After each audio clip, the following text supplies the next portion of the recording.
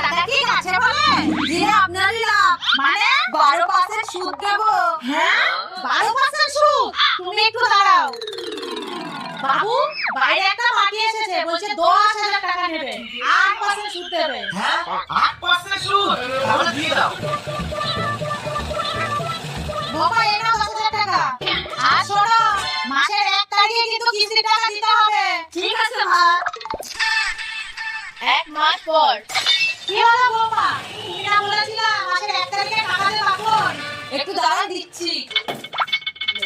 কি গো 1200 টাকা দাও তো। 1200 টাকা কেন? তুমি টাকা দাওনি বলে একজনের থেকে 10,000 টাকা নিয়েছিলাম 12% সুদে, আজকে তার কিস্তি আছে। কি?